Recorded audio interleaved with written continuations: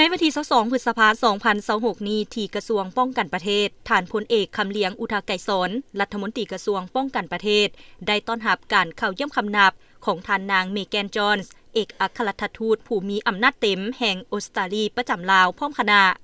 โอกาสนี้ท่านพลเอกคำเลียงอุทาไกรสอนได้แสดงความต้อนรับอย่างอบอุ่นและตีราคาสูงต่อท่านนางเมแกนจอนส์ที่มาดำรงตำแหน่งเป็นเอกอัครราชทูตประจำลาวในครั้งนี้เพื่อเป็นการสืบต่อด้านการพัวพันช่วยเหลือซึ่งกันและกันระหว่าง2ประเทศลาวออสเตรเลียในการร่วมมือด้านเวียกงานก่อสร้างยกระดับความรู้ทางด้านภาษาต่างประเทศของพนักงานกองทัพประชาชนลาวในระยะผ่านมาแม้นเห็นว่ามีท่าก้าวขยายตัวดี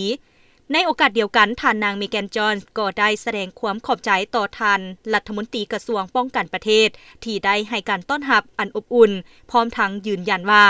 จะสุมทุกความสามารถของตนเพื่อประกอบส่วนเข้าในการสืบต่อหัดแน่นและเสริมขยายสายพัวพันมิตรภาพการพัวพันที่ดีต่อกันของ2ประเทศลาวออสเตรเลียให้มีบัดก้าวอันใหม่